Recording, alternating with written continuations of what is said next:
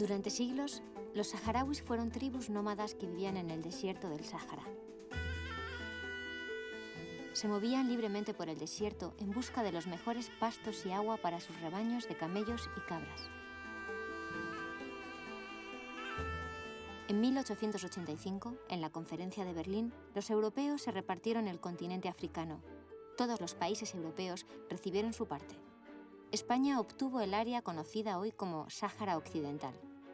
África fue dividida por fronteras improvisadas. Aquellos que una vez fueron nómadas libres, organizados en familias tribales, se vieron de pronto aprisionados por barreras artificiales y sometidos a una autoridad colonial. España, al igual que las demás potencias coloniales, empezó a explotar los recursos del territorio. En 1963, España descubrió la mayor reserva mundial de fosfatos en la colonia, lo que transformó la tierra y el futuro de los saharauis para siempre. Durante décadas, los saharauis coexistieron pacíficamente con los colonos españoles, pero en los años 70 se desarrolló en toda África un movimiento nacionalista. Los saharauis empezaron a sentir que el Sáhara Occidental era su tierra, su nación.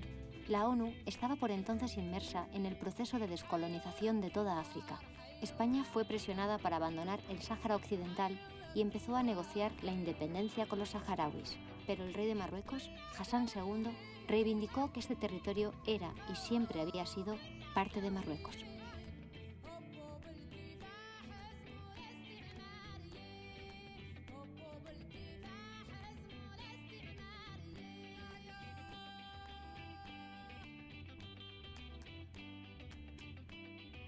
Estados Unidos y Francia presionaron a una débil España para que evitara una guerra con Marruecos por un territorio que iba a abandonar de todos modos. El Sáhara Occidental era solo un peón más en el juego de ajedrez mundial entre Estados Unidos y la Unión Soviética. Era la Guerra Fría.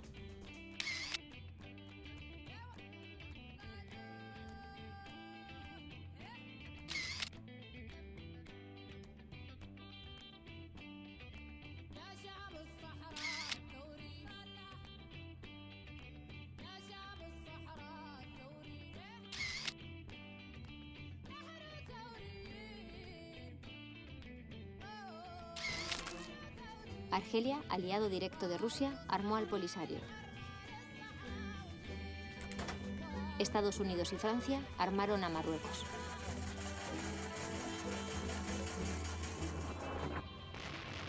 Tras años de conflicto armado, el ejército marroquí no conseguía derrotar a las guerrillas del Polisario. En 1981, Marruecos empezó a construir, con el respaldo de Estados Unidos y Francia, un gran muro defensivo de 2.500 kilómetros, dividiendo el Sáhara en dos. Cuando terminó la Guerra Fría, los americanos decidieron que esta guerra debía terminar. En 1991, ambos bandos aprobaron un plan de paz preparado por Naciones Unidas con una única condición: que se celebrase un referéndum en el que los saharauis decidiesen el futuro del Sáhara Occidental.